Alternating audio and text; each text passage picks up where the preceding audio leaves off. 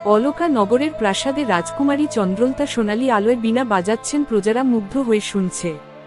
রাজপ্রাসাদের হলঘরে লোভী প্রধান পুরোহিত রাজকুমারীর সামনে দাঁড়িয়ে বীণা চাইছে, চন্দ্রলতা বীণা দিতে রাজি হয় না।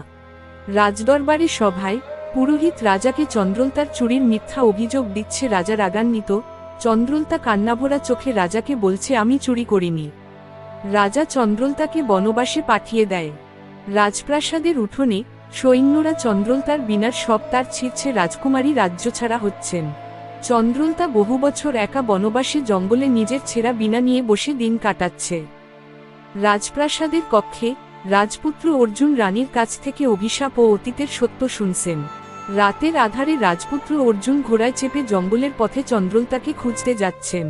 অর্জুন চন্দ্রলতাকে খুঁজে পায়, তারপর চন্দ্রলতার সামনে হাঁটু গেড়ে বসে চন্দ্রলতাকে সাহায্যের আবেদন করছে। তাকে বলছে নির্দোষ প্রমাণিত করে রাজ্যে ফিরিয়ে নিয়ে যাবে। রাজদরবারে জনসমক্ষে পুরোহিত লজ্জিত হয়ে অপরাধ স্বীকার করছেন। প্রজারা আনন্দে চিৎকার করছে, চন্দ্রলতা নির্দোষ প্রমাণিত হয়। চন্দ্রলতা রাজপ্রাসাদে ফিরে এসে নিজের হাতে বীণার তার মেরামত করে। তারপর রাজপুত্র আর চন্দ্রলতা আনন্দে গান গাইছেন।